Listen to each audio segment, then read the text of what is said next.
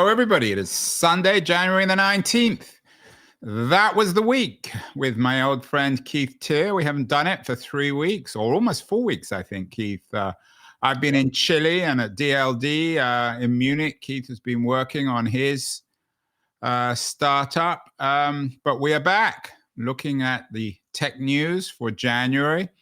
Another piece of news in early January, one of the big films of the year is the movie about Bob Dylan, A Complete Unknown, that's getting very good reviews. I saw it, I didn't think it was so good, but what do I know? And Keith borrows a Dylan phrase for this week's newsletter, blowing in the wind. But rather than having Bob Dylan, a complete unknown, we have Mark Zuckerberg, who is anything but unknown. Keith, have you seen A Complete Unknown? I have seen it. What an amazingly good film. It's fantastic. If you haven't seen it, go see it in a theater. It's really good. Why is it good? The singing is excellent. You wouldn't think Chalamet could do a Dylan, but he actually does it very well, both the personality and the singing. But the storyline's great as well. It shows Dylan's alienation from his own fame really well. Have you seen it? Yeah, I thought it was terrible. But anyway, what You did not. I did. It's impossible to think it's terrible. Yeah. Well, anyway, why is this week's That Was the Week newsletter? Why are you stealing some words from Bob Dylan, blowing in the wind? And what does that have to do with Mark Zuckerberg? Honestly, I could have had Zuckerberg, Musk, David Sachs, and Trump on there. But the point of blowing in the wind is to make the point they don't stand for anything. Who doesn't stand for anything? What Joe Biden this week called the oligarchy, they don't stand for anything. They're not a threat because they haven't got an agenda or a goal. They're just blowing in the wind. They're doing what any smart businessman would do, which is making friends with the new authorities to try to ingratiate themselves with them and doing it successfully. And the reaction against them would suggest that they're kind of like a political movement with a manifesto, which of course they're not. So let's be clear. So you're responding in this editorial to the Biden remarks about a technology complex now coming in to dominate America with the Trump regime. Is that right? And the title of your editorial this week is How AI, Politics, and Capital Are Reshaping Our Future. Is that a fair summary? I think that's a big part of it. The other part of it that I'm reacting to is Zuckerberg changing all the rules at Facebook and trying to understand why he's doing it. There's been a big backlash against him doing it. I, of course, am in favor of the new regime and didn't like the old one, but I may be in a minority there. Yeah, you linked to two pieces on it, one on Spike, Zuckerberg's Bonfire of the Orthodoxies, which is a nice title, and another from Information suggesting that Mark Zuckerberg acts like Elon Musk, but isn't. Maybe he certainly has. I think Zuckerberg has better hair than Musk, doesn't he? Well, the rumor is that is fake hair, but is it? There are rumors that it's fake, yeah. Well, he certainly looks the part. Not a wig, but some kind of... I like his new look, I have to say. He certainly looks better than he used to look. Well, the discussion in the Valley is the authentic Zuckerberg a step forward from the inauthentic. Yeah, I mean, you know what he looks like now? He looks like the son of a dentist from New Jersey, which is what he is. I'm not mentioning the J word here because I get into trouble, but certainly Zuckerberg looks culturally more authentic. But anyway, enough of Mark Zuckerberg. Let's talk then, Keith, about your understanding of what's happening. In the editorial, you suggest that AI, politics, and capital are reshaping our future. Has anything happened in the first 3 weeks of January to underline that, or is it just all the complaining of Joe Biden? No, I think it goes deeper. The resignations from various federal bodies is part of it as well. The DOJ, the FTC. I think what you're seeing is it's like the Bonfire of the Vanities rewritten. you're seeing, It's the bonfire of the orthodoxies, Keith. Are you yeah, stealing from from Brendan inadvertently. But I think what you're seeing, Andrew, is the backlash against the regulatory regime of the last 4 years, where the Democrats decided that tech was an enemy and tried to stop whatever kind of progress tech was trying to make. Things like Adobe not being allowed to buy Figma, ridiculousness in many ways. And slowly but surely over the years, and there's a New York Times piece about this, people in tech started to hate the Democrats, not because of their social ideas, but because of their anti-tech. Yeah, and Andreessen gave an interesting interview with, I think it was Ross Douthat of the New York Times on this. He did. He did another one. He did another one as well with the Hoover Institute, saying the same thing. So you've got to a place in history where the main driver of future wealth is hated by the democratic elite, and the framing is oligarchs. That seems to me to be an entirely wrong framing. Although there are a lot of people in the MAGA movement who aren't keen on tech either. I mean, J.D. Vance has been very critical. So it's not just on the left, is it? No, although I think there are different motivations. Sorry, my dog's barking. I hope it's not. I blame your dog. Must be in the state of big tech. Just keep talking for 1 minute. Keith's gone off to shut his dog up. But we've been talking about political realignment and tech policy from his editorial this week. He is very critical, Keith, of what he believes is the democratic reaction to the success of big tech. Although I wonder, Keith, and we've had this conversation so many times, you always claim to be a progressive and on the left, but is this just your way of basically legitimizing your shift to the right and your embrace of Trump and Musk and all these other nasty characters in the Republican Party? Absolutely not. I mean, at heart, I'm still driven by Hegelian philosophy. I believe in progress in the Enlightenment sense. I think that innovation is the engine of progress. Innovation, I think of as a human thing. It's what we humans can do. And I think, you look at Musk and try to understand his impact on humanity. It's not about his views on immigrants, is it? It's what he's done despite his views on immigrants that drive us all forward. Well, I don't want to turn this again into another conversation. I'm just using him as an example. So let's talk then about this political realignment and tech policy. I mean, it's very hard to tell as we speak. It's Sunday.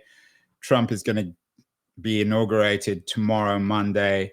He's made it clear that he hasn't made up his mind on TikTok. So a lot of stuff's still unclear. But is there a real political realignment? Is Silicon Valley pretty much now behind Trump? I think it goes way beyond Silicon Valley, but yes, to that question. Look at the elections in Europe. Look at how quickly Starmer in England has become unpopular and Farage has gone up. There's a huge political realignment in the world, which is a reaction against liberal politics. And liberal politics are no longer progressive. So is there anyone on the left who still believes in technology, apart from you, claims to be on the left? I'm personally not particularly convinced of that. I think the answer has to be yes, Andrew, but it's but no one comes to mind. A struggle. I think Reid so Hoffman. Would your advice be Reid Hoffman would be one. Right. So would your advice be to Democratic strategists who are trying to rethink the party that they need to rethink their relationship with technology and progress? And capitalism, actually. Yeah, they have to be able to answer the question, how are people's lives going to get better? And they don't seem to have an answer other than in the realm of identity politics, they can answer by protecting you from the majority. And that's a reasonable answer. that has backfired on them. But when it comes to all of us, how are all of our lives going to get better? They don't have an answer. Now, at least the techies in Silicon Valley will say innovation and this optimism, this the stuff we talked about last year a lot, this technology optimism, at least they have an answer to the question so they can be relevant. I don't think the Democrats are even relevant to the question anymore. And that doesn't make me right wing. In fact, I'm probably to the left of the Democrats because I still want to believe in a social justice future where people have wealth. Right. Well, you were kind enough to make my conversation at DLD with Albert Wenger the interview of the week. And Albert is actually an example of someone who is a progressive, who sees technology as central in making the world a better place. So there still are people on the left who believe in technology. No, Albert's very thoughtful. I think he's frustrated as well, right? I mean, your interview, he expressed some frustration with his frustration with who? With the left generally? With his own inability to get his point across is what I thought. But you tell me, because you were in the room with him. Well, I think what Albert's trying to do is use some of his initiatives in upstate New York, in Hudson, as I don't know, experiments as a laboratory for guaranteed minimum income, regenerative farming, all sorts of other initiatives, rather than using the state, which is the old progressive or left strategy. And it's ironic he's doing it in upstate New York, which is, of course, the homeland of FDR and the old New Deal. But this is something completely different. But I agree with you. I do think that progressives need to fundamentally rethink how to use potentially technology and rethink their relationship with big tech. You also talk in your editorial about a venture capital revolution. Your professional work, of course, focuses on that. How central is the VC revolution in the future, Keith? Well, sadly, the word revolution there is an appropriate word given the scale of the change, but it's not necessarily a positive change. What's happening is that there are far less small venture capital funds investing in startups very early in their life. And most of the money is going to a very small number of very large funds and being channeled in huge checks into AI companies, leaving the rest of the ecosystem in a pretty sorry state. Winner take all again, like the rest of, like every other sector, from media to the military. Well, except you can predict failure here. Winner takes nothing might be a more appropriate, because the venture ecosystem relies on thousands of companies being seed funded every year, of which some emerge as winners. But if the seed ecosystem is being starved of money, that's going to stop. And then you end up with what I would think of as artificial unicorns that are made valuable, over $1 billion of value, with a single round of investment with a lot of very large checks. That really isn't venture capital anymore. That's kind of king making. So the venture revolution is the antithesis, and it does beg the question how you can go back to basics with venture capital and just play the game as it's meant to be played, which is discovering talent, ideas. Is this a bit self-serving given the nature of your startup? Not really, because I don't do seed funding either. I'm not the solution there. Another of the themes that you talk about in your interesting editorial, setting us up for 2025, is two other big issues: the China question and what you call the moderation, overcorrection, and the return of free speech. Let's talk about the China question first. As we speak, it's still not clear on what Trump's going to do on TikTok. He says, stay tuned. It's classic Trump. How important do you think the China question in tech terms will be in 2025? It really isn't very important in tech terms, because the separation of China and US tech is now pretty much absolute. And so it's like a parallel universe as opposed to an overlapping one. what that really means is that China is building its own capabilities separate from the US. The tariffs and trade wars are forcing that to be even a wider separation. However, so what's the China question then? If that you've given an answer rather than a question. Well, Noah Smith, who wrote that piece, is basically arguing that China is weaker than we all think. And I disagree with him. I think China's stronger than we all think. And the TikTok thing is a bit of a sideshow to what's really happening, which is probably best observed by looking at the Chinese electric vehicle industry, which is now dominating everywhere in the world except the United States because it's not allowed in. Yeah, a lot of concern in Europe about the German auto industry being replaced or usurped, not by Tesla, but by China. So I think the China question is, the GDP of the world, the pie chart of the GDP of the world, the Chinese slice is growing and the American slice is roughly being maintained, shrinking a little bit, relatively speaking, but in absolute terms, still growing. Europe is shrinking big time. And so you're getting to a kind of a bipolar Asia, America's globe that is highly competitive at the nation state level. And the TikTok thing is just a disgusting demonstration of how nation states will pick fake battles in order to fight each other, because TikTok clearly is not a threat to anyone. Yeah, and you and I don't agree on everything, but we agree 100% on this TikTok thing. It's ugly and absurd. And what about, this is one area where I think we don't agree. You've always been obsessed with free speech and the moderation overcorrection. You use the word woke all the time. What do you mean by this?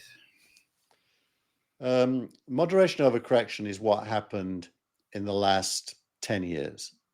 And it really, honestly, it's very personal to me, Andrew. I've told you the story before, but as early as 1994, I was visited by Scotland Yard at EasyNet in London and asked to spy on people on the internet. And I said no, because that was the right thing to say. But slowly and surely, the state has more and more sought to influence how content on the internet is moderated, in quotes, or censored, if you want to think of it that way. And when Zuckerberg, and I think he did this for, business reasons, announced that they're going to stop doing it, I applauded, even though I think he's doing it for self-serving and the wrong reasons. I think it's a good thing, because Francis Fukuyama's piece this morning is interesting because and you didn't. I'm not sure if you included that in the newsletter, but it's a piece that Fukuyama wrote in Persuasion, entitled "Elon Musk and the Decline of Western Civilization." Correct. And what Fukuyama argues there is that because you can't trust Musk and Zuckerberg and others to, in quotes, moderate, there has to be a new layer of software forced on them that does it for them and protects us, vulnerable humans, from being influenced by them. And so he's basically arguing for a state software layer that censors what is underneath. Yeah, I mean, I'm not sure that's entire. I mean, Francis Fukuyama is about as liberal in a classical sense as you're going to get. I'm not sure if he quite means it in that way. What do you think he means? Because it seems fairly explicit. Well, it's an interesting piece. I'm not sure he's particularly sophisticated in these middle layers. And I would also say that there's a great difference between Zuckerberg and Musk, or between Facebook and X, when it comes to social media. I mean, the Fukuyama piece is about how Musk is using X now to essentially promote his own agenda, whereas the Zuckerberg issue is entirely different. I mean, Zuckerberg, as you suggest, he doesn't really have any issues except promoting Facebook as a business. He doesn't have an ideological agenda, whereas Musk spent $40 billion or whatever it was on X to basically pursue his own ideological agenda. So they're entirely different. Well, I'd say that Musk did do that, but he doesn't ban people who disagree with him. And in fact, what's happened is people who disagree with him, like Paul Krugman, have abandoned X and gone to Threads or Substack. And so Musk has a louder voice due to a decision by, let's call them the left, although I don't really think they're very There's left. a woke left, Keith, in your language. The left has abandoned ship and doesn't want to have a discussion.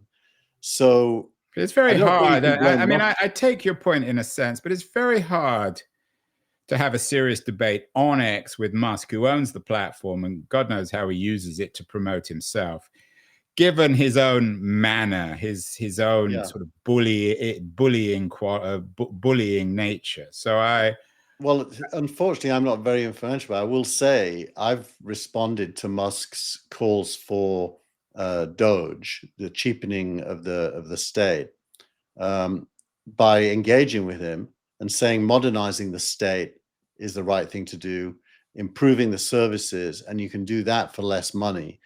And he responds. So it really is, engagement is the source of all knowledge.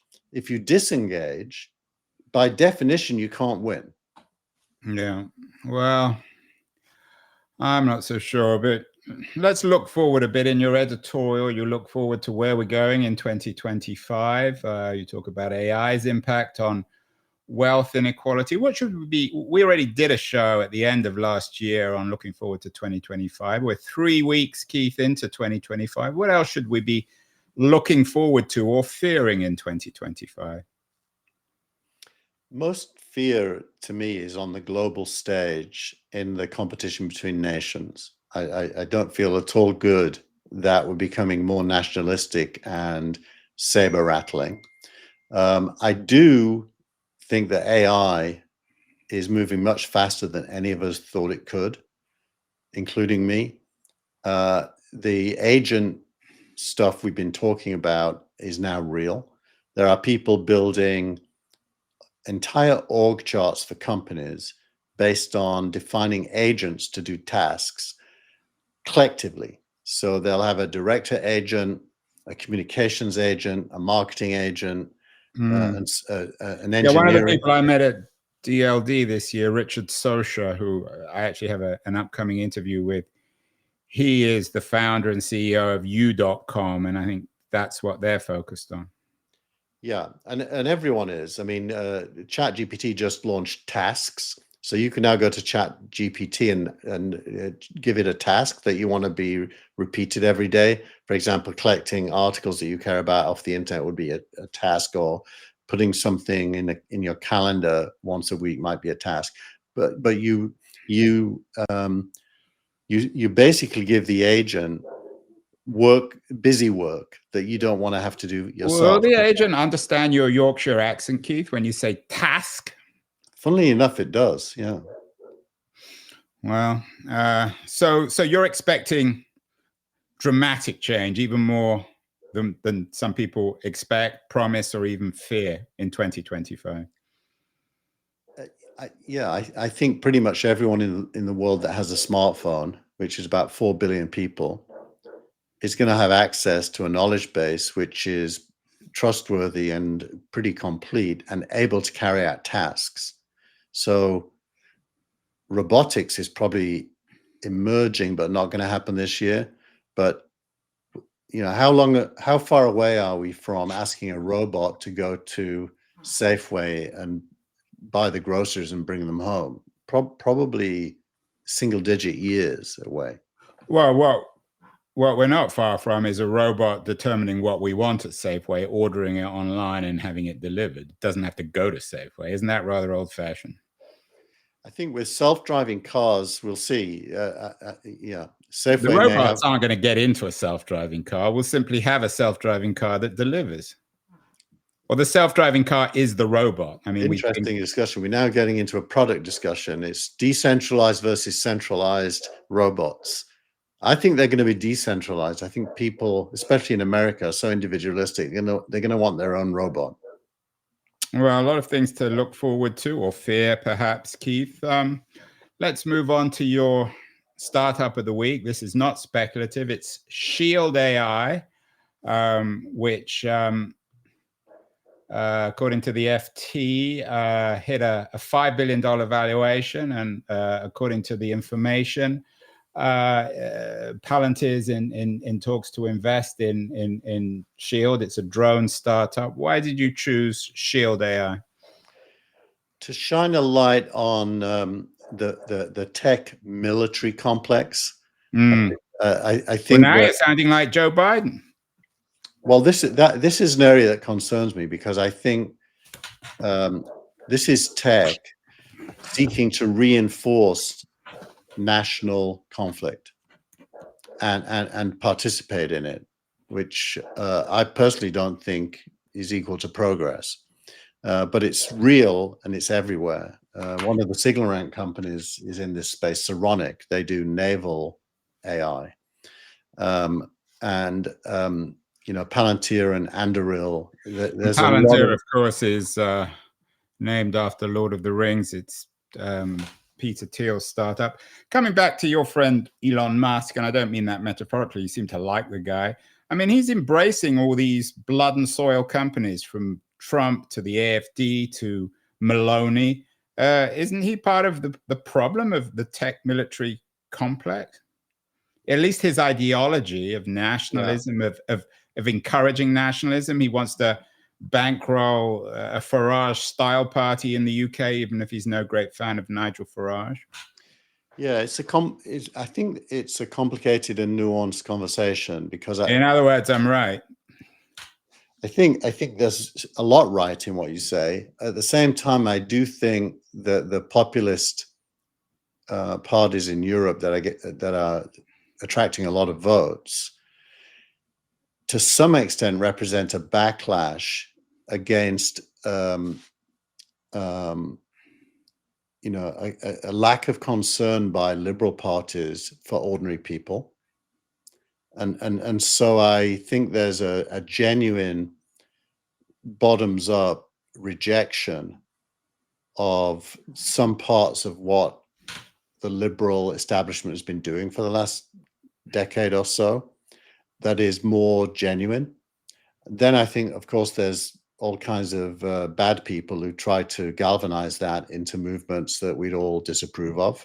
Yeah, so let's go back to Shield. So what should we be fearful if Palantir becomes an investor, maybe even acquires a company like Shield AI with men like Peter Thiel, who have agendas which a lot of people are chilled by? I think we should be concerned at the inevitability of robotic warfare. That's really what's at the root of all this. It's robotic warfare done cheaply, highly destructive, and not very expensive. And that is the goal. It's well stated and not hidden at all. And then the question becomes: is the world unstable enough for those weapons to be used? That's your progress, Keith, the thing that you believe in. I don't know how you would draw that conclusion. Well, that's one of the consequences of all this technology. I mean, it's not just accidental or haphazard. Well, clearly what's going to, it's easy to predict, right? It's not that complicated.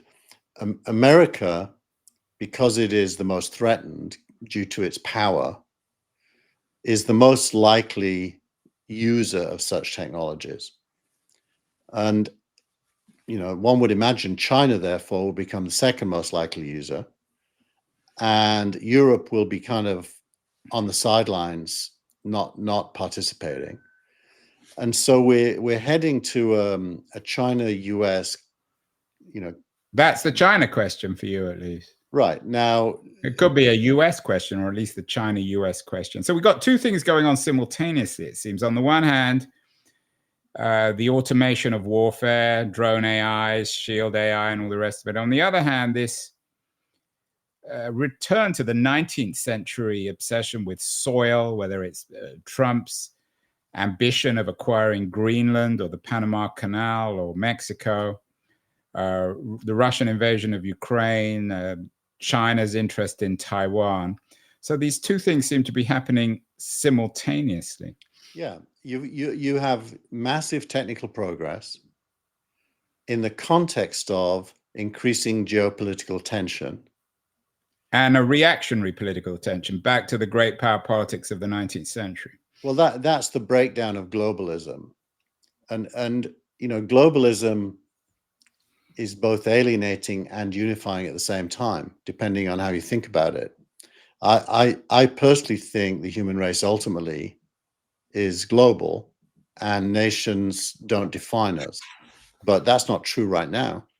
And a lot of the tech bros, as they're thought of, are only too happy to get behind American militarism in this context. And not there's a growing corridor between Silicon Valley and the Pentagon. There's a new book, Unit X, which is an important book in that area. We will return to that. And I wonder whether the Russian-Ukrainian war will be the first war where a lot of this AI stuff is being used. I know that drone technology is increasingly influential. We will see. We will return to that. Finally, our post of the week. Keith, you're not shy. You've chosen one by yourself, an X post criticizing the DLD conference where I've just returned from. What did DLD do wrong this year? Well, I got an email from them yesterday. Put it back up and we'll read. We'll read it. And I'm quoting Keith Teare here on his @KTeare account. This is a very tone-deaf @DLD conference meme. The problem as seen by most is unchecked woke power. AI optimism is far stronger than AI pessimism. And you were critical of a session with Mariette Sharka and Gary Marcus, who's been on the show. I know you've debated. So what did DLD do wrong? So this bit, put it back up. Unchecked corporate power is reshaping politics, global policies, and democratic safeguards. Can public awareness, grassroots movements, and regulatory frameworks restore balance? What DLD, at least this panel at DLD, and DLD chose to send this out in an email to everyone who's ever been associated with it, seems to be defining this era as unchecked corporate power, which is what Elizabeth Warren and Lina Khan have been trying to do for the last 4 years and continue to try to do. And it's just the wrong framing. Unchecked corporate power has not been what we've been seeing. What we've been seeing is a kind of an intellectual left seeking to redefine speech by drawing lines about what is and is not acceptable. Redefining biology is a big part of that. So what do you mean, what's redefining biology got to do with it? Well, saying there's more than two genders, for example. Well, aren't you falling back on these reactionary talking points, Keith? It's not reactionary if it's right. It's only reactionary. I've never heard anyone talk about gendered stuff. I mean, that's just for the paranoid on the right. If you want to understand what's happening in the elections around the world, it isn't to do with unchecked corporate power. It's more to do with a rejection of what is represented as liberal ideas, and liberal ideas seem unwilling to accept that. And this DLD conference, I could be wrong, you were there, I wasn't, you should tell us, appears to be clinging on to the past and not acknowledging. Yeah, I mean, in defense of DLD, there are lots of speakers there who share your opinion. I mean, Richard Socha, for example, the founder of U.com, was there. Astro Teller, Azim Azar, Exponential View. So lots of people actually are more positive and optimistic. So you picked on one panel that happened to be I picked on it just because they sent the email, and so it stood out to me. But clearly, the spirit of what I'm saying is, we should be wanting to build a future where ordinary people of all kinds have an optimistic, reasonable optimistic expectation of a better life. Yeah, but let's go back to that. We're starting fights with corporate. Well, but let's return to the DLD, the particular DLD email that you didn't like. They say, can public awareness, grassroots movements, and regulatory frameworks restore balance? I mean, isn't that a credible point? I mean, you've got these trillion-dollar, multi-trillion-dollar companies that are pulling all the shots, that are determining policy. You've got multi-billionaires, maybe even trillionaires like Musk now, acquiring the platforms. These are the new William Randolph Hearst of the 21st century. They're not talking about disempowering them. They're simply talking about restoring balance. What's wrong with that?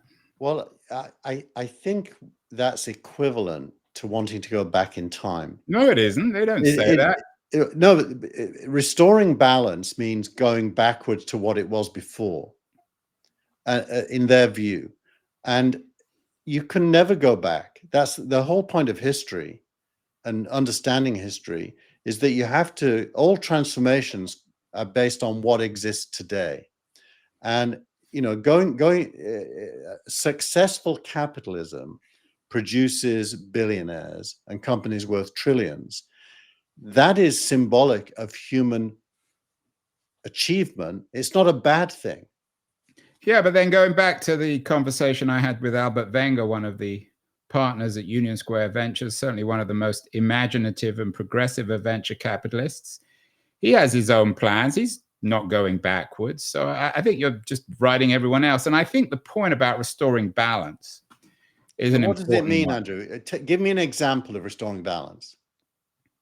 It means, for example, what Albert's doing of small-scale experiments in new ideas, whether it's citizen assemblies or guaranteed minimum income projects or other privately funded local public works on different kinds of farming that offer an alternative to the nature of big tech. You're just writing it off. You're saying there's no alternative. It's either big tech or reaction.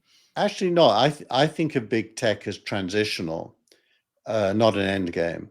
But I think it's an inevitable transitional stage, because successful capitalism breeds wealth, and wealth is the fuel. But that's not convincing, because it doesn't seem anything short term. The longer we go on, the more powerful these companies become.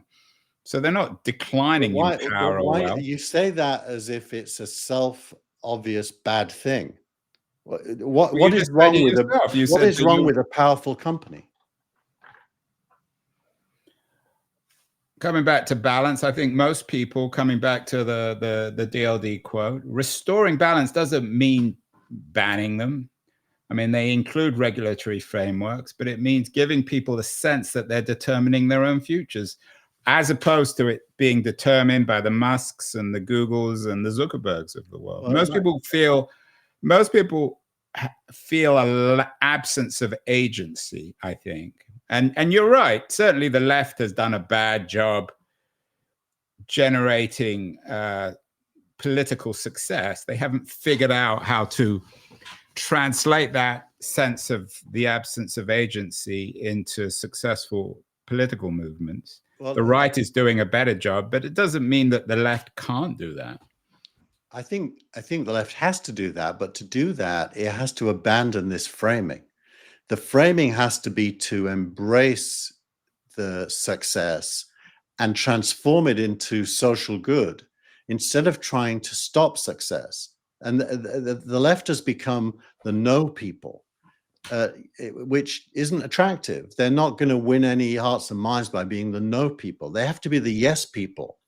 And the yes people have to believe that wealth is the source of individual freedom.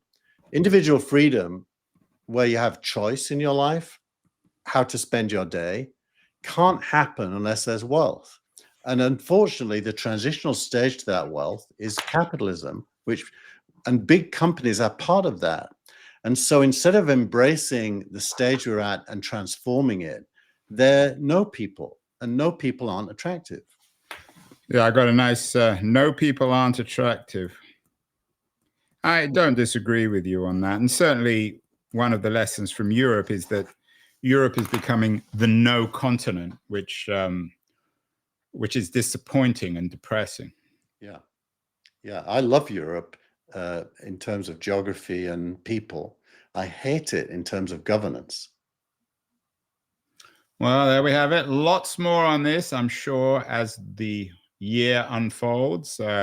Keith believes that the left needs to learn how to become the yes people as opposed to the no people. I agree with that, and we'll try and spend some of this year at least trying to figure out what yes on the progressive front looks like. Keith, have a good week, and we're back on our regular schedule. We'll do the show again next week. So that was excellent.